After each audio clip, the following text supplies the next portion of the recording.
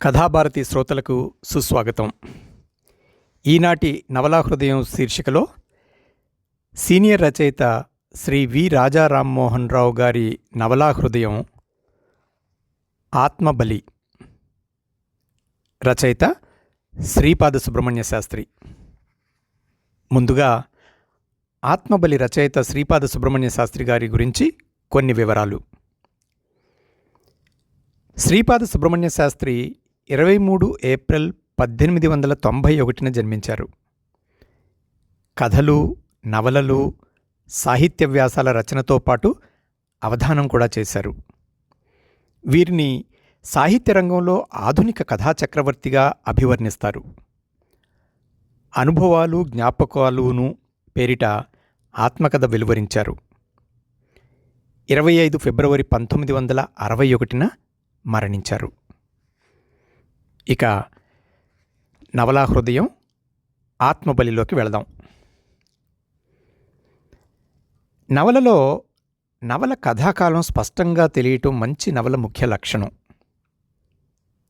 దానికి ప్రముఖ ఉదాహరణ శ్రీపాద సుబ్రహ్మణ్య శాస్త్రి గారి నవలలు.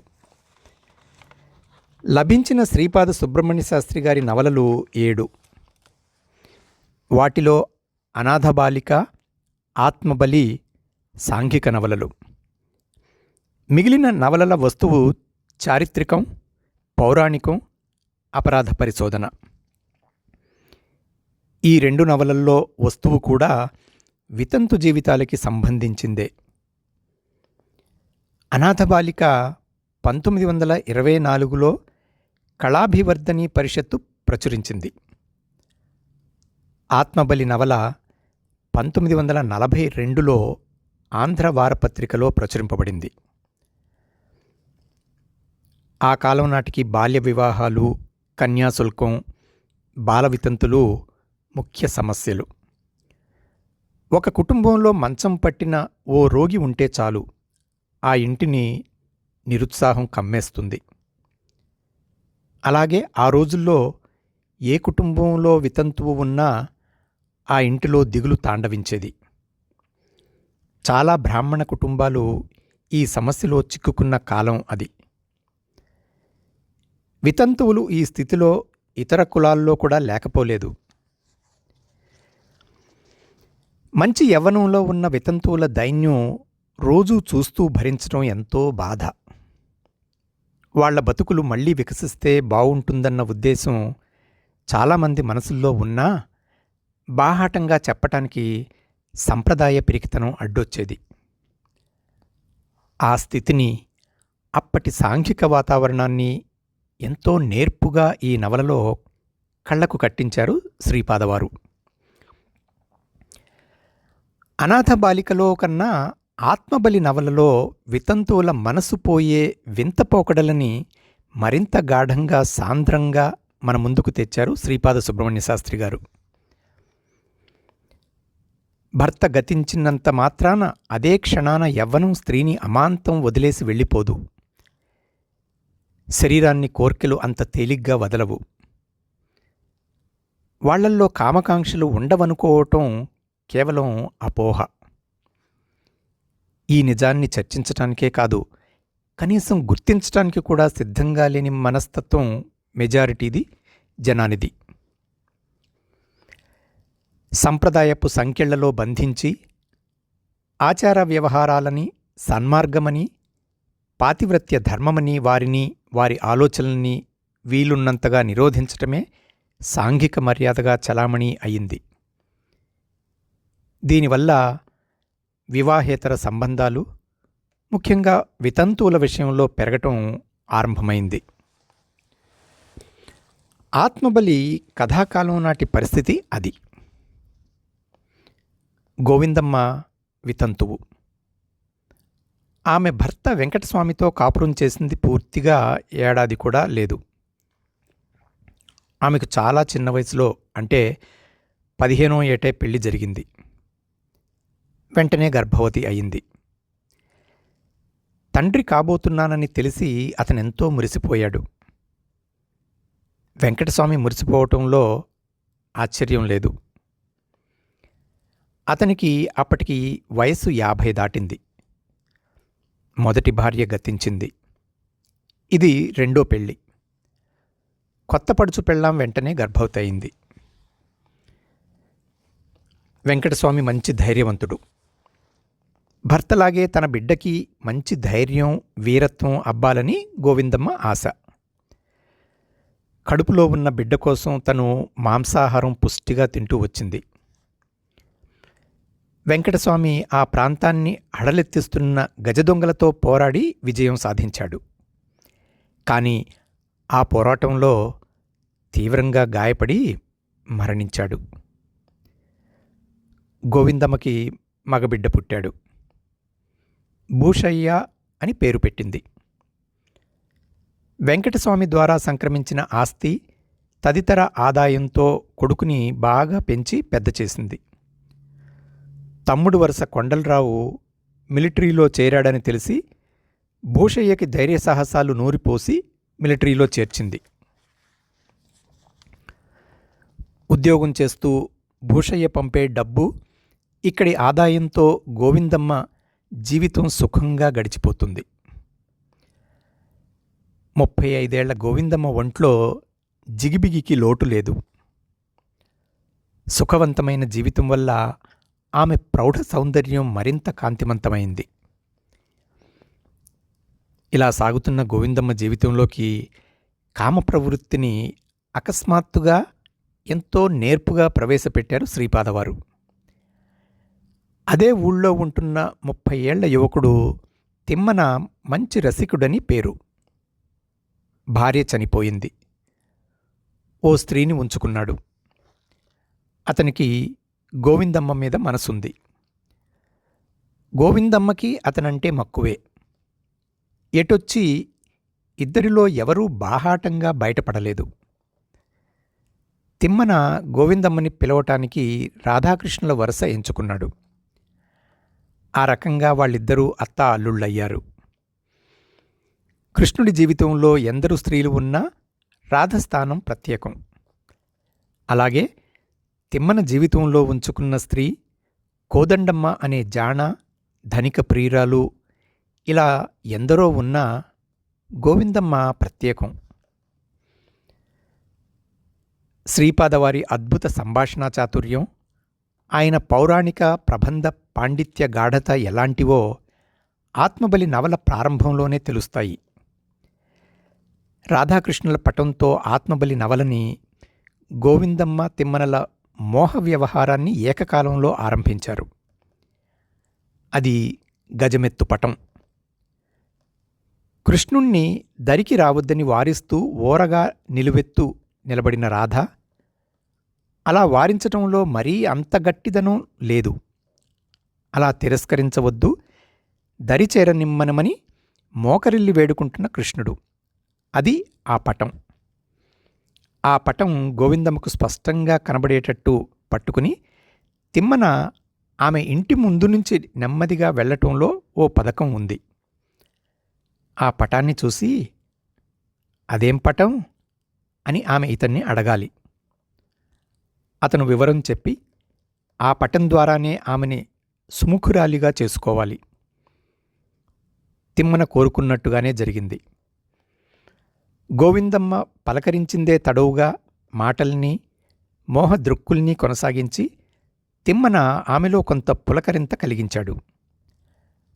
ఆ పులకరింతతో పదే పదే ఆమె జలధరింపుకు గురి కావాలని, దానికి ఆ పటం ఆమె దగ్గరే ఉండటం అవసరం అని ఆమెని బతిమాలి ఆ రాధాకృష్ణ మోహప్రతీక పటాన్ని ఆమె ఇంటే ఉంచాడు. తిమ్మన వెళ్ళిపోయాక ఆ పటాన్ని ఇంట్లోకి తెచ్చుకుని లోపల్నుంచి వీధి తలుపు గడియ వేసింది గోవిందమ్మ. ఆమె మనసు తలుపులు తెరుచుకున్నాయి. ఆ పటం వైపే చూస్తున్న ఆమె ఊహలు ఎటో ఎటో పయనించాయి. మనసు గంతులు వేసింది. తను రాధ, తిమ్మన కృష్ణుడు. ఇద్దరి మధ్య అద్భుత ప్రణయం, అంతూ దరిలేని కామక్రీడలు, వర్ణనాతీతమైన శారీరక సౌఖ్యాలు, మానసిక తాదాత్మ్యం. తను తిమ్మన్నతో సుఖించటంలో ఏ తప్పు లేదన్న నిర్ణయం ఏర్పడింది గోవిందమ్మలో. ఆ పటం ద్వారా భర్త వెంకటస్వామి పోయిన తర్వాత అన్నేళ్లు కొడుకే ధ్యాసగా బతికిన వితంతువు గోవిందమ్మని రసికుడైన తిమ్మన్నకి సుముఖురాలిగా మార్చారు శ్రీపాదవారు. ఈ ప్రక్రియలో ఆయన చూపించిన ఓ చాకచక్యం ప్రబంధమంత రమ్యంగా ఉండటం విశేషం. కవితాత్మకమైన ఎన్నో భావాల్ని ఈ సందర్భంగా గోవిందమ్మ తిమ్మన్నల ద్వారా పులకింపజేశారు. అవి నిత్య జీవితంలోని సంభాషణలలాగే ఉండటం ఆయన రచనా నైపుణ్యం. అప్పటిదాకా అంత బిగువుగా సంప్రదాయబద్ధంగా ఉన్న గోవిందమ్మ అకస్మాత్తుగా ఓ కామినిగా మారిపోవటం ఎంతో సబబే అనిపించేట్టు కథ చిత్రించారు. కథలో ఇక్కడ నారమ్మని ప్రవేశపెట్టారు. నారమ్మదో విచిత్రమైన బతుకు. ఊళ్ళోని అక్రమ సంబంధాల జాబితా అంతా ఆమెకు కంఠోపాఠం. ఊళ్ళో ఏ మగాడికి ఏ ఆడదానితో అక్రమ సంబంధం ఉందో, ఎవరు ఎవరిని లొంగదీసుకోవాలన్న మోహంతో ఉన్నారో ఇవే నారమ్మ నిత్య సంచార వస్తు సామగ్రి. ఎవరికి ఎలా ఏం చెప్పి లొంగదీసుకోవాలో, ఏది ఎంతవరకు చెప్పి ఎదుటివారిని బులిపించాలో ఆమెకి చాలా బాగా తెలుసు. అత్యంత జాండతనం, మాటకారితనం ఉన్న వృద్ధ వేశ్యమాత లాంటిది నారమ్మ. గోవిందమ్మతో తిమ్మన్నకి సంబంధించిన ముగ్గురు ఆడవాళ్ల వివరాలు ఎంత పసందుగా చెప్పాలో అంత పసందుగానూ చెప్పింది నారమ్మ. ఆ ముగ్గురిలో ఒకరు గొల్లపొడుచు. భార్య పోయాక ఆమెను చెరదీసిన తిమ్మన ఉంచుకున్నాడన్న సంగతి అందరికీ తెలుసు. కానీ ఆ ఇద్దరి మధ్య శృంగారం ఏ స్థాయిలో నడుస్తుందో, సరససల్లాపాలు ఎలా ఉంటాయో నారమ్మ కళ్లకు కట్టినట్టు చెప్పింది. పెద్ద అందగత్తె కాని ఆమెనే అంత సుఖపెడుతుంటే, అదే గోవిందమ్మ లాంటి అందగత్తె అయితే ఆ సుఖస్థాయి ఎలా ఉంటుందో ఊహించి చూడమంది గోవిందమ్మని నారమ్మ. ఇక రెండో వ్యక్తి కోదండమ్మ. కోదండమ్మ ఆ ఊళ్ళో బాగా ధనవంతురాలు. వితంతువయ్యాక ఆమె అందం పెరిగిందే కానీ తరగలేదు.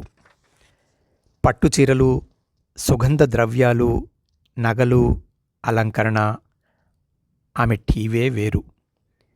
పైగా తెలివైంది.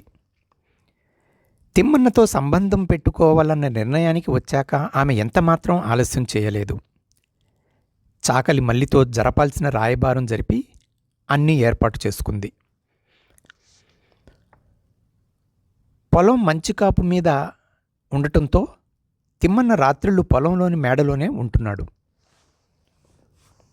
కోదండమ్మ పుష్కరాల పేరు చెప్పి 10 మందికి తెలిసేలా మకాం రాజమండ్రికి మార్చింది. రాత్రి కొంచెం మాటు పడ్డాక పరాయి కంట పడకుండా రోజూ పొలంలో తిమ్మన్న దగ్గరికి చేరేది. అసలే రాజమండ్రి మకాం అన్న పేరు, దానికి తోడు మారిన వేషం ఎవరూ ఏ రకంగానూ గుర్తుపట్టే అవకాశమే లేదు. ఇంక తిమ్మన్న దగ్గరికి ప్రతి రాత్రి రకరకాల ఫలహారాలు, షర్బత్తులు, పళ్ళరసాలు, పువ్వులు, గంధాలు, అత్తరులు, అగరొత్తులు, తాంబూలాలు, రాత్రంతా ఇంద్రభోగం. మళ్ళీ తెల్లవారుజామున వేడినీళ్ల స్నానం, ఏ ఆనమాలు వాసనలు తెలియకుండా సబ్బుతో స్నానం. వెలుగు రాకముందే రాజమండ్రి వెళ్ళి దొడ్డిదారిన తన బసలోకి చేరి వెంటనే టెంకాయలు, అరటిపళ్ళు ఇత్యాదులతో వీధి గుమ్మాన వెళ్ళి అందరికీ కనపడేలా గోదావరి స్నానం, గుళ్ళల్లో పూజలు. అంతటి గుట్టుగా వ్యవహారం పుష్కరాల రోజులంతకాలం నడిపింది. అంతేకాదు, ఆ తర్వాత వ్యవహారంగా కాశీయాత్ర అంటూ వెళ్ళి కలకత్తాలో పెద్ద ఇల్లు, కారు అద్దెకు తీసుకుని మకాం పెట్టింది. అంతకు వారం రోజులు ముందే తిమ్మన్నను అక్కడికి చేర్చింది. అంతేకాదు, కోదండమ్మ వేషం మారింది. పార్సీ వాళ్ల పద్ధతిలో రంగురంగుల చీరలు, కొత్త రకం జాకెట్లు, నెత్తిమీద సగానికి ముసుగు, కాళ్లకి దొరసానుల జోళ్ళు, ఎవరికీ ఆనమలు దొరకని ఎత్తు. ఒకసారి పొందాలనుకున్నాక ఇంకా ఆలస్యం, ఏ జంజాటనం లేకుండానే అనుభవించే ధైర్యం, తెగువ కోదండమ్మవి. ఈ కబుర్లన్నీ నారమ్మ ద్వారా విన్న గోవిందమ్మ మనసే మారిపోయింది. కోరికలు తీర్చుకోలేక లోపల్లోపలే కుమిలి కుమిలి చచ్చేవాళ్లకి ముక్తేమిటి అనుకుంది. అందుకే వెంటనే తెగించడానికే నిర్ణయించుకుంది. దీనికి తోడు తిరుపతమ్మ కూడా తిమ్మన్న కోసం తీవ్రంగా మోహపడుతోందన్న నారమ్మ చెప్పటంతో గోవిందమ్మ మనసులో ఓ పోటీ, ఓ స్పర్ధ అంకురించాయి. ఆ తర్వాత ఓ రోజు నారమ్మకి తన మనసు చెప్పేసింది. అదే రోజు రాత్రికి తిమ్మన్నని గోవిందమ్మ ఇంటికి నారమ్మ తీసుకువచ్చే ఒప్పందం జరిగిపోయింది. నా డబ్బు, నా జీవితం తిమ్మన్న చేతిలో ధారపోసేస్తాను అనుకుంది గోవిందమ్మ. గోవిందమ్మ చుట్టూ ఇన్ని పాత్రలు, అద్భుతమైన వివరణలు, సంభాషణలతో ఈ దశకి విషయాన్ని తీసుకువచ్చి శ్రీపాదవారు గాఢంగా నెరవేర్చింది ఆనాటి వితంతువుల జీవితాల్లోని ఓ భిన్న కోణాన్ని 10 మంది దృష్టికి తీసుకొచ్చి ఆలోచింపజేయటం. మరొకరికి చెరుపు లేనప్పుడు వితంతువు కూడా తనలోని శారీరక కోరికల్ని తీర్చుకోవచ్చని సూచించారు. కోరిక ఉండి దాన్ని బలవంతంగా అణిచివేసి బాధపడే యాతన వద్దని కూడా తెలిపారు. ఆత్మబలి నవల ఇక్కడి నుంచి మరో మలుపు తిరిగింది. తిమ్మన్న మీద అపరిమిత మోహ తీవ్రతతో గోవిందమ్మ అలక్ష్యం చేసిన వాటిలో ఆమె పెంచుతున్న లేగదూడ కూడా ఉంది. అదంటే గోవిందమ్మకి ప్రాణం. తన ఏకైక సంతానం భూషయ్యకి ప్రతిరూపంగా దాన్ని సాకుతోంది. అది చిక్కి శల్యమై ఆహారం, నీళ్లు ముట్టుకొని దశకి చేరింది. దాన్ని అలా చూసేటప్పటికీ కొడుకు భూషయ్య కళ్ళెదురుగా కనపడి, నీ ప్రియుడేమిటో నువ్వేమిటో, ఇక నేనెందుకు నీకు అంటూ అతను కన్నీళ్లు పెట్టుకుంటున్నట్టు అనిపించింది. సరిగ్గా అదే సమయానికి భూషయ్యకు వరసయ్యే చూడమ్మ అత్తయ్యా అంటూ తలుపు కొట్టింది. యుద్ధం నుంచి కొండలరావు వచ్చాడని, అక్కడ భూషయ్య బ్రహ్మాండంగా ఉన్నాడని కబురు తెచ్చింది. యుద్ధంలో కాలికి దెబ్బ తగిలిన కొండలరావుని చూడటానికి వెళ్ళింది గోవిందమ్మ. అక్కడ అప్పటికే ఊరివాళ్లు చాలామంది ఉన్నారు.